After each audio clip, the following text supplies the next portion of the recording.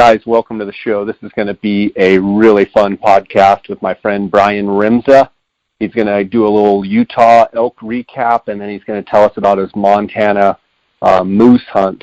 Quite the adventure. Before we get to that, guys, I want to thank you for tuning into this podcast. I want to encourage you guys to, if you have any questions or comments or anything you want to talk to me about, chat with me about, questions, what have you, just send me an email at jscottoutdoors@gmail.com. You can also go to my Instagram, which is at jscottoutdoors. Send me a direct message. And I just thank you for all of the support that you guys give and the interaction that you guys give on my Instagram account. Also want to thank the sponsors of this podcast. I want to thank GoHunt.com, the gear shop, my friend Cody Nelson, 20-plus years.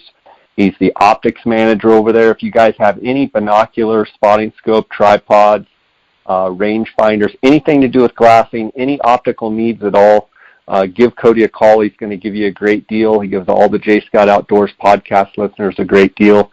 You can reach him at 702-847-8747. That's extension 2.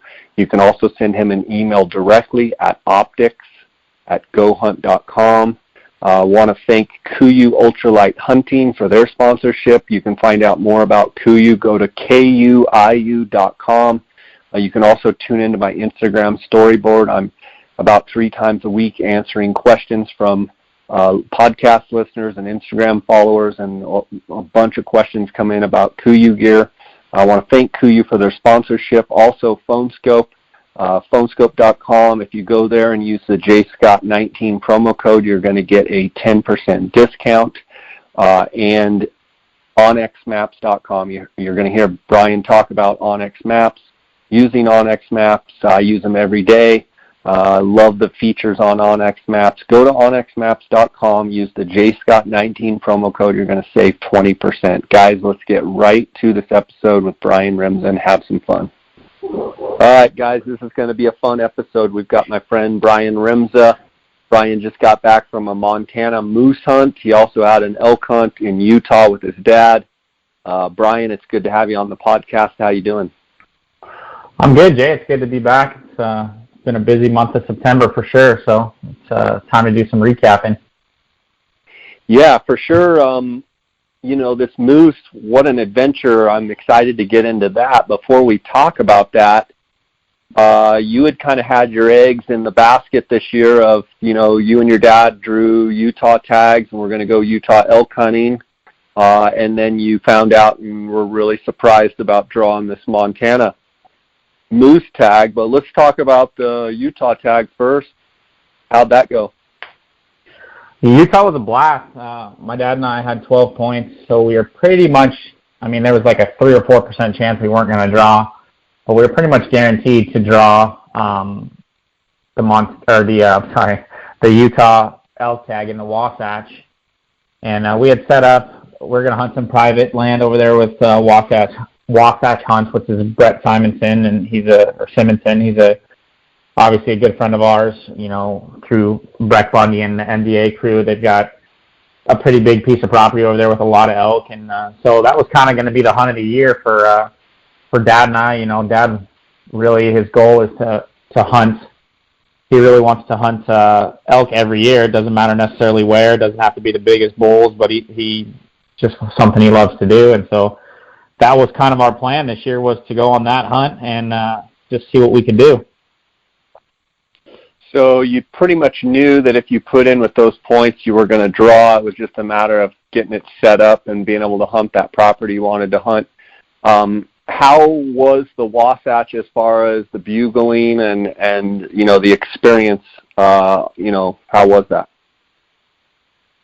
It was awesome. Like the Wasatch, where we were hunting, mind you, because Utah does some things what I would consider super backward. I think you experienced it on your trophy hunt, but they give out very limited number of archery, bull tags in their trophy units, and then you have all these spike and cow archery hunters that are running around in the woods and all these deer hunters running around. So it's just, there's a lot of things going on. I was thankful to be hunting private because the public looks amazing, but there's just a lot of people, and the elk are pretty harassed But that piece of property over there that Brett has and his family's had, I think, for a little over 30 years now is absolutely amazing. I mean, we were first evening out, we're glassing a big kind of meadow with a bunch of wallows and a pond in it, and just, I don't know, there's probably 70 or 80 elk in the middle of that meadow just going crazy. And the plan was automatically the next day was to put my dad in there that afternoon and on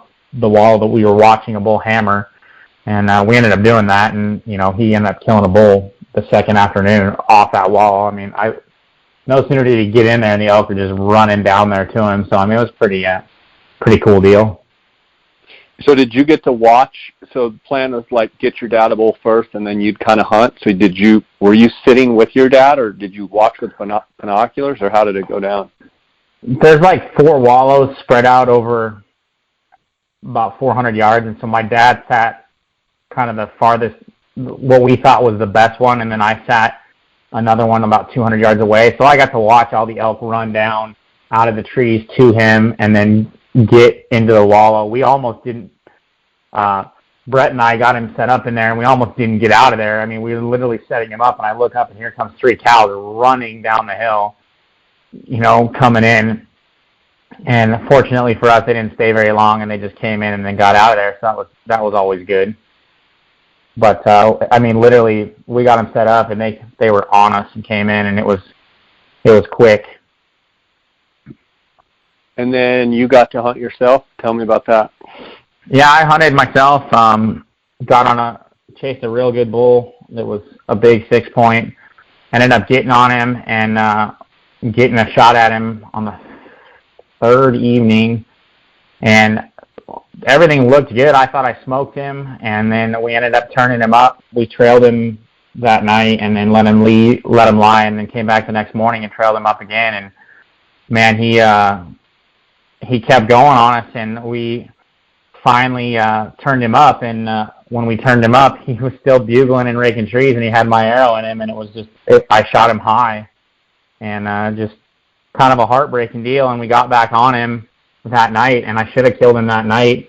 Just a quick opportunity through some aspens, and I just shot over top of him again. I had a tough time on the elk hunt this year shooting high, and I kind of run through my head trying to figure out, like, what the heck am I doing wrong? Because, you know, I mean, it's just not something that I expect to have happen on a regular basis, but it did. And, you know, I ended up kind of equating it to shooting. I shoot at like a small to medium-sized deer target when I practice, and it's a Glendale buck target, and I come from the top down. And when you're shooting, you know, 60, 70 yards on those targets and you come from the top down, you only have to come down into the target about 3 inches, 4 inches, and you're in the middle of the body. Well, on an elk, you got to come down 10 inches. And I just kind of failed to recognize that. The good news is that bull lived. I mean, he's fine. He'll live to see another day. Just made a poor hit, you know, and I mean, I thought that night when I shot him, watching the Luminoc hit him, and I just thought he was smoked. And it just happened to catch that spot, you know, what I would say below the spine and above the lungs. It just didn't catch anything that did any damage for me, and so it just kind of hurt me. I've seen a lot of bulls hit there, and, you know, to hear that you find him and he's bugling and just carrying on, I've seen a lot of bulls hit there, kind of no man's land. And the funny thing is it looks pretty good a lot of times. And you even sent me a little video. I mean, it looks good. It's just above the lungs. You talk about settling in on your pin, and, I mean, looking forward, will you switch to more of a full-size elk target, or will you just be a little more conscious of your release point, you know, and making sure you're anchored more in the center or even the lower third of the body? I think I'll just pay more attention to where I'm aiming. You know, we'll get to it, but on the moose, you know, I really took my time aiming on my moose and making sure I was making a good shot and making sure I was in the right part of the body when I turned it loose, because obviously on a moose, you know, it's a lot bigger than an elk and a lot bigger than a deer target. But, you know, it's just one of those things that happens to all of us. I mean, it was heartbreaking to have it happen on a really good bull. You know, and it's just not something I would have expected to have happen, but it did. You know, I mean, yeah. Basically archery hunting a lot of times is a game of inches, and man, this September I was just kind of on the wrong side of those game of inches. a couple of times, and it just bit me. But, I've had those seasons before. It's just been a long time since I've had one like that, and it's tough. I mean, literally 4 inches one direction, and that elk is dead. And, but that happens, you know what I mean? Yeah, I mean, that's the beauty of bow hunting. It's a game of inches, and like you said, you get on the wrong side of that. It happens to everyone. For the guys out there listening, I mean, Brian routinely is one of Arizona's best archers. I mean, competitive archery, competitive 3D shooting. I mean, so when I hear stuff like that, it almost makes me have a little bit of hope to know that someone that shoots as well as you do, doesn't hit the exact spot he wants to hit every time. So I think we can all learn from that. And I think if you had it to do over again and could just settle in a little bit more, I mean, I think it's a dead bull. So your dad's pumped. He's got his bull. You guys get back from Utah, and then kind of your preparation for Montana. You had already gone up there scouting. Talk a little bit about kind of the journey of drawing that moose tag. That's a pretty special tag. Yeah, Montana, honestly, didn't have any expectations of drawing a moose tag. I put in just about all the western states, and, right now, being that I'm 38 years old, my goal is to go on one good hunt a year. So a lot of the hunts like Montana and places like that, I'll look at Hunting Fools recommendations. I'll look at Go Hunts recommendations. I'll look at Epic Outdoors recommendations, because, of course, I'm a member of all of them, because I got to look at the stats. I like the numbers. I like to see what people have to say.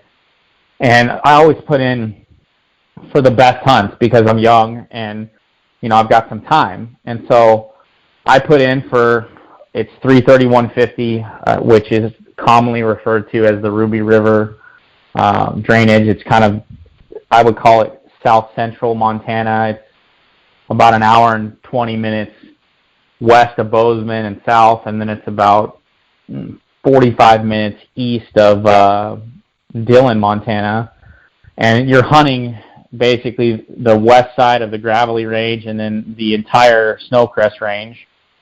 And so, I mean, you draw the tag like that, and I look at it, and I'm like, holy smokes, So first I got to check and make sure, like, what hunt it is that I drew, kind of figure out where it's at, send some text messages out to some people. There's 8 permits in that hunt, and there's 1 non-resident tag. And because there's only 8, it rotates every other year typically to where they won't even offer a non-resident tag.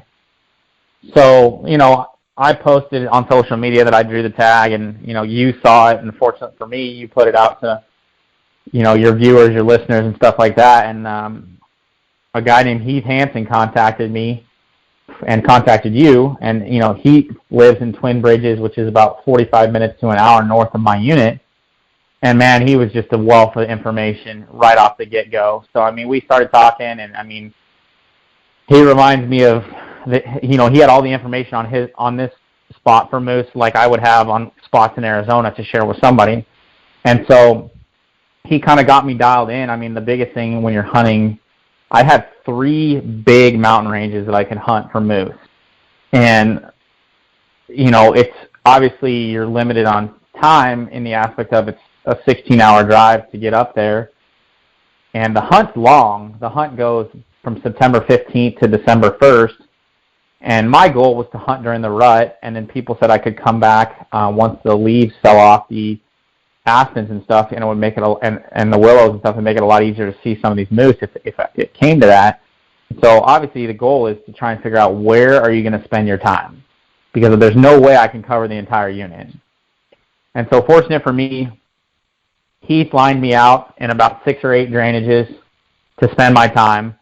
And he told me what he thought was the best drainage, and so that's kind of where I started my efforts and focused my time. I also contacted Robert Hanneman with Hunting Fool, and Robert spent a bunch of time in there, and he got me dialed in. And fortunately for me, Robert's recommendations were pretty much the same as Heath's, and so I felt like I was in pretty good hands, getting pretty well dialed in, because anybody who knows much about hunting Shiras moose and hunting on public land, it can be a grind. It can be a 20, 30-day adventure, depending on where you're at and what you're hunting.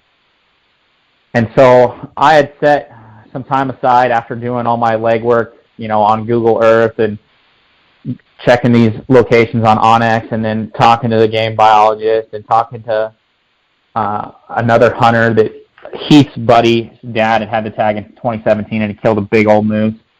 And just getting all the information, I talked to Heath and I said, hey, if I fly out to Montana in August, is there some time that you can spend a day with me and drive me around and kind of show me where I'm looking at and stuff like that? And he was gracious enough to do it. So my dad and I flew out to Montana, and man, Montana in August is beautiful. It'll make you never want to come home. The place is amazing.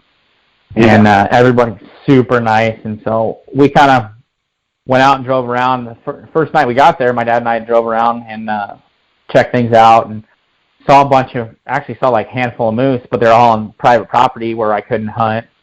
And there's a lady and her husband and wife that owns a place called Upper Canyon Outfitters, and they predominantly do trout fishing trips, and they have a stream right out the back of their place. It's amazing setup, amazing lodge. And I had talked to her on the phone because I knew they had horses and they would help me get a moose out,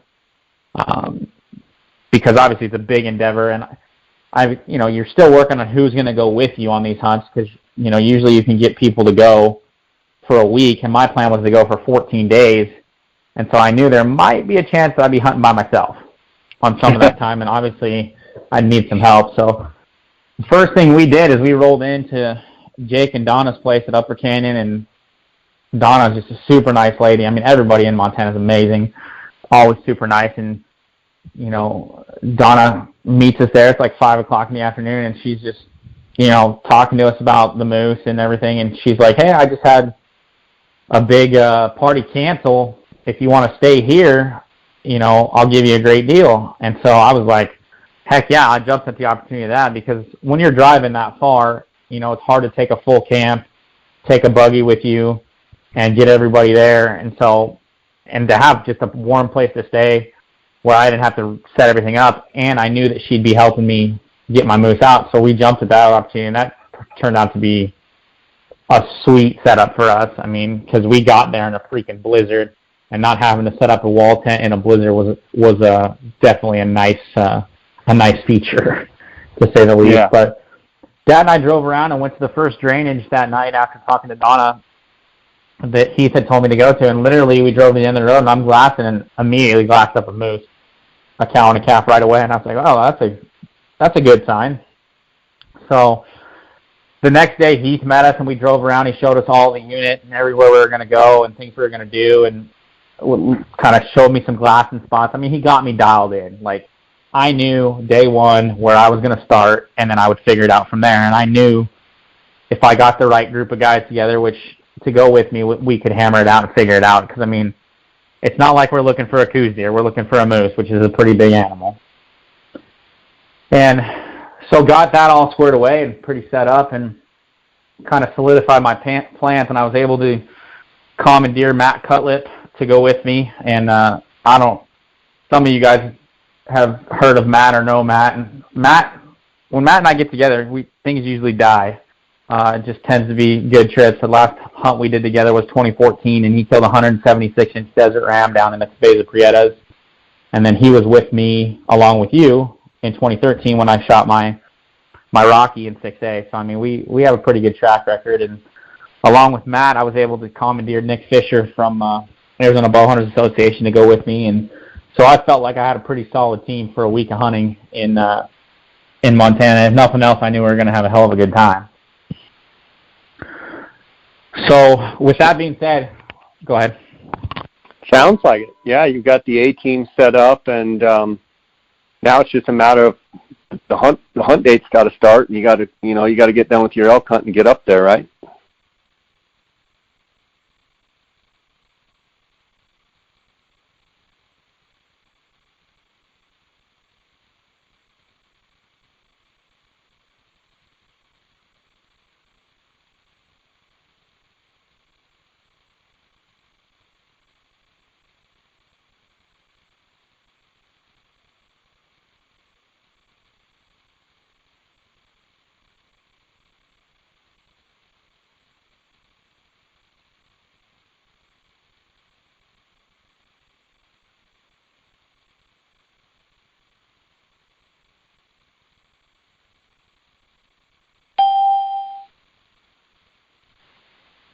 There you are. Sorry, dude.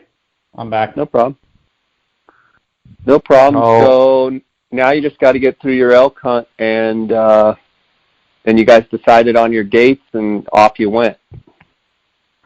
Yeah, the goal, obviously, you're trying to figure out when the best time to go on the rut is, and so the general consensus was somewhere around the last week of September and the first 2 weeks of October. So my goal with my work schedule and everything was to go start up there on September 30th and hunt from there. And so we got through the elk hunt, had a good time. Everything went as planned, and other than I didn't kill a bull that I wanted to kill, but now it was back to work for 2 weeks and then off to Montana with the boys. And so we actually left on September 29th. We left to go to Montana. It's a 16-hour drive. We left my house in Phoenix at 3 a.m. and ended up pulling in to Upper Canyon Outfitters at about 8:30 p.m. So it was a long haul, but everything went smooth.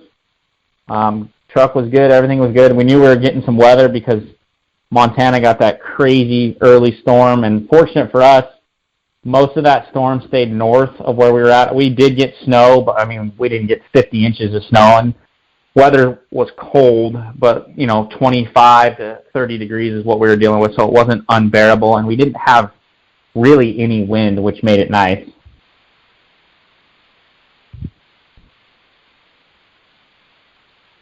So we rolled in. Yeah, I'm here.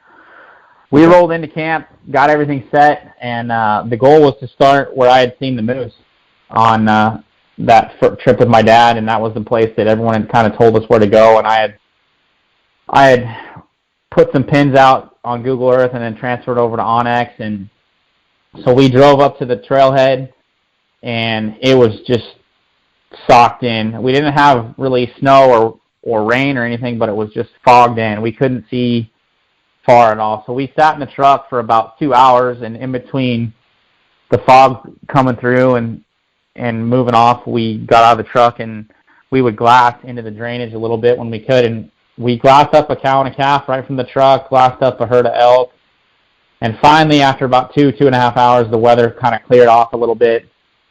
And so we pushed up into this country about 1.5 miles to a point where I wanted to glass from. And, as oftentimes is, sometimes when you're dealing with forest and trees, the Google Earth look of it is not quite exactly the look that you see when you get there. But it wasn't as good of a glassing point as we thought it was going to be, but it was we were able to make it work, and we had to move a little bit here and there to see through the trees. And, man, we're sitting there, got to the spot, sitting there glassing for about 5 or 10 minutes, and Matt and Nick spot a cow moose that's bedded. And I was like, there's got to be a bull because it's the rut. And I had been getting some intel from some people that were there hunting, and Robert Hanneman had hooked me up with a guy named Corey who was actually there elk hunting, and Corey was sending me some intel on some moose that he had seen. Unfortunately, the moose were just out of my unit, which didn't work for me on that stuff, but we knew they were starting to rut pretty good. And so I told the boys, I'm like, there's got to be a freaking bull there. So we started picking around, and sure enough, I picked up a bull bedded about 40 yards from the cow. And the way the bull was oriented, I could only see the top of his palm. And, in talking to people and looking at different moose and getting different pictures from people, the goal here is to shoot a bull that's over 40 inches, and you're looking for pretty decent palms with some points. And one of the big things is having at least two, possibly 3 brow tines. And I could see the top of the palm. I could see it was good, and I could see he had really long, distinct points coming off the top of his palm. So I was like, that was a promising look. And every once in a while he'd move his head, and I could see that he had a really long front, but I couldn't tell if it was 1 or 2 or how long it was. And the bull was only 600 yards away, and so Is there snow on the ground? Yeah, there's about 6 inches of fresh powder. So, he looks like a friggin' elephant laying out there probably, doesn't he? Yeah, you're definitely, there's no mistaking it's a moose for sure. And so after about 20 minutes, I'm thinking to myself, what am I doing? Like, this looks like a big bull. I need to get closer while he's laying there. And so I drop in, and, it's pretty easy to get within about 120 yards of him. And then I get into like a willow thicket, and this moose, I can't see him. I know he's there. Montana, you can't use radio, so I can look back up at the guys, and I know the bull is still there, but we can't talk to each other or communicate. And so I start grunting, doing my best impersonation of Bullwinkle, because I don't have a whole lot of experience other than YouTube of calling moose. And so I ordered a moose like tube type thing from an Alaskan company, and I could sound okay. And so I started grunting and did it for about 30 minutes and never got a response. So finally I said, I'm just going to start grunting and start seeing what I see Jim Shockey do on TV, and start raking trees and walking up toward this bull. And so I start walking up toward this bull, just slowly grunting, and then the call is made of like a hard resin, and so I'm raking it on trees and stuff like that, and I go about 50, 60 yards, and I look up, and I can see the bull looking at me now, and he's like 60 yards away. And so I just keep doing it and slowly working my way up, and I'm trying to pick some sort of a shooting lane, because I got a bunch of these little willows that are just like, 1-inch wide diameter saplings, but they're like 6 feet tall, trying to figure some sort of an opening through these willows. And so I get to about what I think is about, 35 yards from this bull, and he steps out into my opening, and I'm like, okay, well, this is it. And I'm trying to range him as much as and get a range on him, and I'm clicking and clicking and clicking, and it's telling me 27 yards, 28 yards, 27 yards, and I'm like, I know it's not 27 or 28 yards for sure. And so I finally am like, a lot of times I've been in the situation, and you kind of just have to go with what your gut tells you on a yardage and just make a good shot. And I figured he was 35 yards, and, aimed there behind the shoulder and turned it loose, and instantly I saw the arrow went low, but it was like right at the bottom of the chest, and I couldn't see the bottom of his chest, so I wasn't sure if it had hit him or just a clean miss. And the bull moved off about 20 yards, and it was standing there, so I start working into him again, and he finally has had enough, and he kind of moves off with his cows. And so I go up to where he was standing, and I've got good blood on the ground, like decent blood. So I'm thinking, okay, maybe this shot's a little better than I thought. And I'm shooting a Luminoc, but I couldn't see the arrow sticking in the bull, and so I go back to where the bull was standing, and I can find where he was standing, but I can't find my arrow. And unbeknownst to me, I look up on the hill, and I can't see Matt and Nick. And so I'm thinking that they are on their way down to me to help out, because, they're only 600 yards away. I figured that they could see, whatever happened, that it was a low shot or whatever. And so I give it about an hour waiting for Matt and Nick, and they don't come down. So now I figure, okay, they probably went around the hill trying to pick this bull up as he ran off, and they don't know I hit him, and I have no way to communicate with him. So I start trailing the bull, and it's 6 inches of fresh powder on the ground. So it's really easy to trail. And the first 200 yards, I find 3 spots of blood that are like size of a 12 or 18-inch pie plate that are somewhat promising. They look like good blood. And so I'm thinking, feeling a little more confident with the shot, and I'm hoping that maybe I caught a little higher than I thought. Well, I ended up trailing it. I shot the bull. It was probably like 10:30, 11 o'clock, and I ended up trailing the bull all the way down the canyon, and we ended up crossing the drainage. And I can see where the water dripped off his hide in the snow on the opposite side of the drainage. So I'm not far behind him, but it's a moose, and if he just keeps walking, he can stay out ahead of me. And I start going up the other side of the drainage, and I get about halfway up, and I look up, and I can see 2 cows. And I'm looking around trying to find the bull, because the cows were with the bull, and their tracks never split, and they stayed together. And they just kind of move off, and so I keep trailing these little drops of blood now. We're talking like little pinpoint drops of blood. And so I trail it up to right where the cows were at and right where the cows were standing. And part of me starts to wonder, like, I know the moose are in heat right now, or they're in the rut, or whatever you want to call it. And I'm wondering, I start to think to myself, am I trailing a moose that is, like, in heat, and this is just little droplets of blood that I would never normally be able to see from a female moose that's, like, in heat? Because I don't know. I just know that when a dog goes into heat, they bleed. And so I kind of mess with my head a little bit, and I end up getting almost to the top to where I can see down to the truck, and I walk out to that edge after I GPS it, and I can see that Matt and Nick are down at the truck. So I GPS it, and I bail off and go back to Matt and Nick. And I tell them kind of what's going on, and they're like, well, let's go back to where you started so we can see these drops of blood, because I thought that maybe, like, I turned off the wrong trail, and we're still wondering, like, is it possible that I'm trailing a cow moose? Like, because it was really small drops of blood, and it sounds crazy, but, like, sometimes your mind just kind of starts messing with you a little bit, and I'm thinking that's got to be highly unlikely, but it's just like, I don't know. Well, as we start to hike back into where I shot the bull, it starts blizzard, like, dumping snow on us. I mean, like, thick, heavy snow. So we get over to where I shot him, and the snow stops, but, I mean, it's laid another 3 inches of snow on top of what was already there. And I'm able to show them kind of like the one good spot of blood that I can find again. And we start doing everything we can to kind of crisscross back and forth, seeing if maybe, like, we missed something and we can't turn anything up, and it's starting to get dark now. And one of the things I guess I didn't mention leading up to this hunt, like, the week before I got to Montana, there were 4 different hunters attacked by grizzly bears, and they were literally in drainages that we were hunting. And so we're like, we finally are all pretty exhausted, and we're like, all right, we're just going to push back to the truck, and we'll come pick this back up in the morning.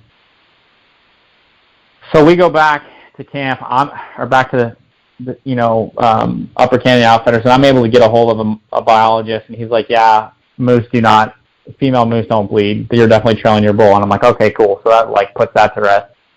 So we get up in the morning, and the decision is made to go back to where I last had the bull's blood. And the nice thing about where I had him is that it was in the timber, so the new snow didn't really affect it as much.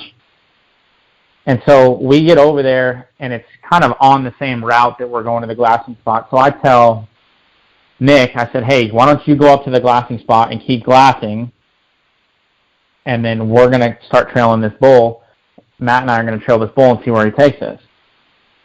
And so Nick pushes up, and we get on the tracks, and literally from where we split, it's only like 150 yards from where I last had the blood. And so the bull keeps going up and going up and going literally right to where Nick is going to glass. And all of a sudden, we get out of the trees into some open sage stuff, and there's a set of moose tracks, like, moving down back the direction that we came from. And so I trail it out for about 15, 20 yards, and the tracks are fresh, like, from the morning. And lo and behold, it's the bull that we're trailing because I find some blood. And so we start trailing him, and he's literally going back over his tracks, down the canyon, almost back the direction that he was going. And we can now hear a bull across the canyon grunting. Wow. And so we follow him, and we get just about to the creek bottom, and there's a big old moose scrape. I mean, and it's our bull, like, big, like, so take a whitetail scrape or take, like, an elk wallow, and they just scrape and pee, and moose pee smells like cat pee like crazy. It stinks. And so we're like, all right, this bull is probably not hurt to the point where And is there any blood in that at all? No, there's no blood in it at all, but I mean, like, as soon as he leaves and we get on his tracks again, we can find little drops. But mind you, I hit him low in the chest, so the blood doesn't have to run very far. Right. And so we make a decision. We're like, this bull is going, like, we can hear the bull grunting, and we know he's going right back to where I shot him from, or back to where he was at when I shot him. and we know we have a good vantage where Nick is at least look into that country. So we make the decision to pull out and go back up to where Nick is at. And so it takes us about an hour, and we get over to Nick, and literally as we get to Nick, he's like, hey, your bull's right there. And as soon as he says it, I look up and I can see the bull with my naked eyes 495 yards away, and he's got 4 cows that are bedded. And Nick's like, I've been watching him for like 2 hours. And the bull won't lay down. Like, he's just standing there. Like, all the cows are been laid down for like 2 hours, and he just won't lay down at all. And so at that point, I just made the decision because I had, I think part of it had to do with the fact that, I'd wounded an elk in Utah. Here I had shot a moose, and it was a good moose, and, I wounded this moose, and I'm like, you know what, I just got to put this moose down. I'm not, I love bow hunting, and, I had a chance to kill this bull with a bow, and I let it slip by, but, I don't want to let this moose go, because, I'm still not 100% sure how hard this moose is hit, but I don't want a good moose that I hit to die, and me not to be able to at least tag him and claim him. Right. So, of course, anybody who knows Matt and Nick knows that those guys are freaking long-range nuts. So they both have rifles with them because they were hoping to get a crack at a wolf. And Matt gets me set up with his 280 Ackley, and the bull's 495. And we have like a perfect shooting bench, just a natural shooting bench there for us. And I get laid down prone, and we get all the phone scope cameras rolling, and the bull is standing there with his butt toward us. And almost, once we get everything set up, almost on cue, the bull turns perfectly broadside. And I shoot, and I hit him, and he lunges a little bit farther forward, and I hit him again. And now he's in a really, a nice open spot, and and he's going to go down. But, my thing with a big animal like that, they can get you in a bad spot. And so I put another one in him and end up putting him down. And, now, we're all super excited. Now, this is my first good look at the bull, and I could see that he had 2 really good brow tines. He had 8 points on each palm. He's a really good bull. And so we're just, super excited, and obviously we're all like, okay, well, now the work is going to begin. And so fortunate for inReaches, I have an inReach, so I'm able to text Donna at Upper Canyon, let her know that we killed a bull, and let her know where we're at, and ask her to send the horses in to give us some help. And it's a pretty easy spot to find, and so we're able to walk back to a trail, put all our gear that we don't need on the trail, and then there's a fork off that trail that literally goes right down below the bull. And so we end up getting to the bull, and he's everything that we expect. He's a big old awesome bull. We get some, really good pictures, and now we start breaking this thing down. And I don't know. I've never seen a Yukon moose on the ground, and I know they're a lot bigger, but after seeing a Shiras moose on the ground, man, those guys that kill Yukon bulls not next to a river or something like that, man, you guys are animals. It's crazy. Those things are so freaking big. And so we get the bull broke down. We do the gutless method, get everything broke down. It takes us about 2 hours, 2.5 hours to get it all taken care of. And right about that time, I can hear people talking, and I look down and I can see 3 people walking, and we're expecting horses. And it turns out to be 3 packers, which are some of the elk guides from Upper Canyon that came in to help us out, and the road, I guess, was too muddy, so they didn't feel comfortable bringing a horse trailer in. They're bringing horses in there. So our day got a little bit longer, but with the 3 of them, helping us, we made the most of it, and they were great help. It ended up being 2 ladies and a gentleman that came in to help us, and they all were able to pull their weight, and we were able to get the moose up to the trail junction, which was about 800 yards from where we killed him, and it was the only uphill pull. And so it took 2 trips to get the moose to that spot, and then it took us 2 trips out and back to get the moose from there to the trucks.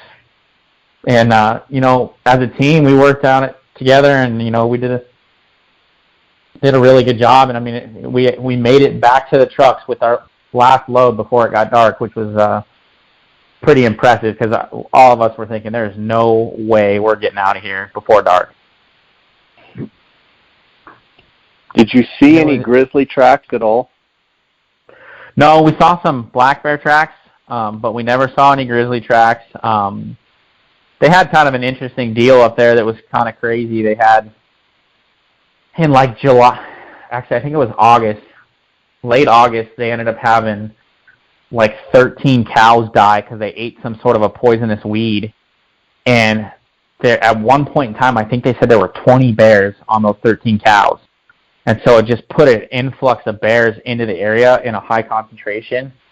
And then they ended up having two groups of elk hunters on the archery elk hunt that got attacked by what they think might be the same bear in the same drainage, or actually it was one drainage to the south of us that we were hunting. And then like a week later, a guy was coming over a log. Actually, no, a guy had shot like a black bear, and a grizz came in and got a hold of them a little bit and got them roughed up. And then a couple days later, a guy stepped up on a log to step over a log in some deadfall, and there was a freaking bear sleeping on the other side of it. And the bear reached up and grabbed a hold of his boot and his leg, but he was able to get a couple rounds in that bear. But as far as I know, none of the bears were killed. But a couple of them took some lead or something like that. I know at least one of them took lead, but we didn't have any issues with bears. But it was definitely something that was on your concern list for sure. That's an unreal adventure, and that bull turned out to be a heck of a bull, didn't he? Yeah, I mean, I green scored him at like 153 gross and 147 net. I mean, he was 43.5 inches wide, just really good, representative species of it. And, I showed him he's got to see him in person, and he's like, man, like, I don't know that you could pass a bull like this. I don't know that anyone will kill one bigger, this year at least, and so there are bigger ones out there, absolutely. But for where I was at, and for a Shiras moose, from everything I know about it, it seems like it's a really, really good bull. That's incredible. Wow. How many pounds of meat did you get? I got just over 400 pounds of meat. I got 300 pounds of just burger.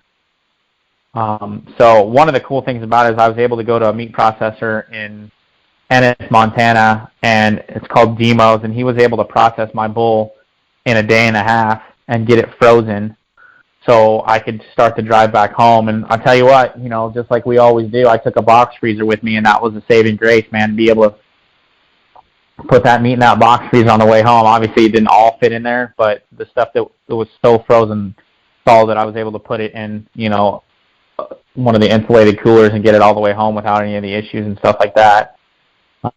Just Montana's amazing, man. That place, some of the most amazing country I've ever seen. And just, I tell you, it reminds you of, if you can get the right group of guys to go somewhere and you can get some good information from, some local knowledge, man, if you got time, you can make it happen. The hunt is it's so fun when you go on a hunt like that with just buddies and you make it happen. And I mean, I think as long as you do your homework, man, you can really get after it and, put something great down on the ground. And I mean, we hardly ever saw another hunter. Like, the only other hunters I saw was Corey, who is the guy that Robert Hanneman had put me in touch with, who was actually up there hunting. And I mean, they had a rough elk hunt, but he was the only other guy I saw, him and his crew. And man, we didn't see any other moose hunters or anybody even in the field. And thankfully for us, the week after we left, it was, I think last week on Wednesday, it was 3 degrees for the low and 23 for the high. Yeah, you send a couple of 3 desert rats up there when it's 3 degrees, it would not be quite as fun, would it? No, I mean, that's next level cold right there. I mean, and I don't know how well we would have handled that, but I mean, we had some pretty nice days. I mean, the day that I shot my moose, it was beautiful. It was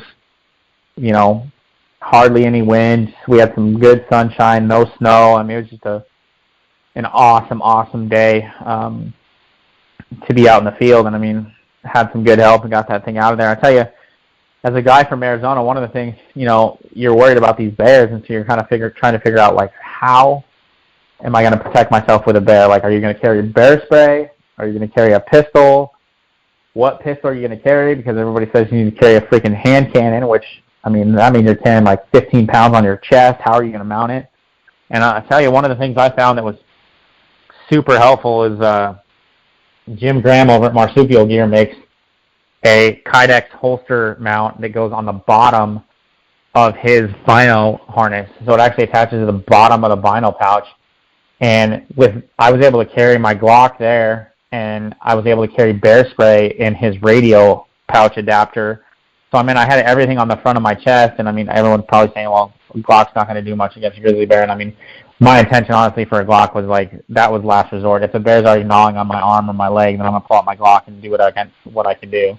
So I was hoping the bear spray would work. But, I mean, that was actually a sweet setup for dealing with having everything easily accessible. And, you can't wear a handgun on your belt because your backpack rides on your belt line. And then if you put a handgun on your belt of your backpack, odds are when you need it, you probably won't have your backpack on, and then you're in your own type of pickle there. So it was a pretty cool little setup to have.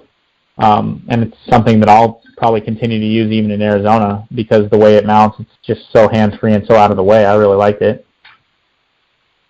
Awesome, man. That sounds like a heck of a deal.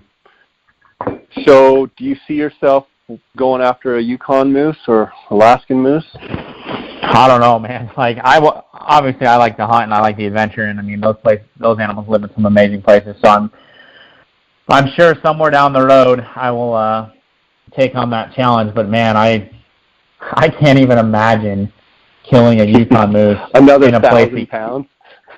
Yeah, and it's somewhere that you have to pack. I mean, just packing the dang head is a freaking chore, and my bull wasn't even, like, comparable to a Yukon moose. I mean, it's crazy. But, I mean, those guys do it year in and year out, man. It's unreal how big. I mean, the front quarter on my moose probably weighed 30 or 40 pounds more than a rear quarter on an elk, and it literally, if you cut the knee off, or cut the leg at the knee, it was 6 feet tall. So, I mean, it's sticking, 24 inches out of the top of your pack. And so it's crazy, man. But I will tell you this. It's the best meat I've ever had. Anything I've ever killed, it is the best meat I've ever had. I mean, hands down. That's incredible. Good. So, Brian, what's next for you? I don't have anything lined up right now. I mean, we got obviously turkeys in the spring. Pretty sure my dad's going to draw a Gould stag this year. So should be chasing birds there, chasing birds on the White Mountain Apache, chasing birds on the San Carlos. And I'm sure I'll find my way into a few camps, whether it be sheep camps or some camps on the Strip. I know Breck's going to have one heck of a crew up there on the Strip this year. It could be a lot of fun to be up in that camp. But I'm sure I'll stick to helping people and maybe get out and chase some deer with my bow in December. Awesome, man. Well, it's really cool to hear the whole story from start to finish, and just sounds like you guys had a heck of a time, and I'm sure those guys were glad that it probably didn't turn into a 7 or a 10 or a 14-day hunt. I'm sure you're glad you didn't end up shooting one and being up there for a week or so by yourself, just trying to do all that by yourself. I think would have been a big-time challenge. So awesome job. Yeah, I'm looking forward to seeing those guys and giving them a congratulations. Yeah, man, they're having the right guys on the hunt can be, just make it so much more enjoyable, and having the right attitudes. That's half the battle, man. But we had a blast, and I owe them both. So hopefully they can pull something good, and we can go chase something good together. Yeah, sounds good. All right, man. Well, thanks for coming on and sharing the story. I know the listeners are going to really enjoy this one, and keep it up. And you've been knocking them down over the last handful of years. Lots of good animals, so just keep it up. Yeah, we'll keep after it. All right, buddy. I'll see you when you get back to Arizona here in a little bit. All right, buddy. God bless. Take care. Later, man.